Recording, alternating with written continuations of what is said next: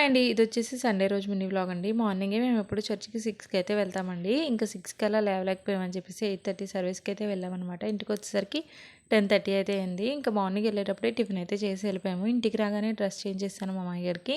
నేను కూడా hair style అయితే చేంజ్ చేసేసుకున్నాననమాట. మా మామయ్య గారు అయితే జామకాయ అడిగాడు. ఇంకా జామకాయ ఇంట్లో ఉంటే కట్ చేసి అయితే ఇచ్చాననమాట. ఇంక ఈలోపు చెల్లయితే టీ పెడుతూ ఉంది.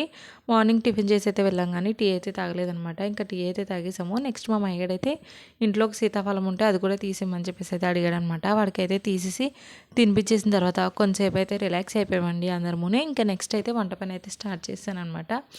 ఇంకా ఈరోజు ఎలాగా చర్చికి అంతా లేట్గా వెళ్ళొచ్చాం కదా, ఇంకా వంట పని అయితే ఫాస్ట్ కాదని చెప్పేసి డాడీ నాన్ వెజ్ ఏమి తీసుకురావద్దని చెప్పాను. ఇంట్లోనే పప్పు అయితే ఉందనమాట. పప్పు టమాటా అయితే పెట్టేశాను. ఇంకా నెక్స్ట్ డే కోసం అని చెప్పేసి మినపప్పు అయితే నానబెట్టాను ఇడ్లీలు వేద్దామని చెప్పేసి. ఈలోపు కుక్కర్ విజిల్ అయితే చల్లారిపోతే తాలింపు అయితే వేసేసి గ్యాస్ స్టవ్ అంతా కూడా ఒకసారి అయితే నీట్గా తుడిచేసుకున్నాను. నెక్స్ట్ మా మయ్యడికి అయితే అన్నం పెట్టేసి నేను కూడా అయితే తినేసాను అనమాట.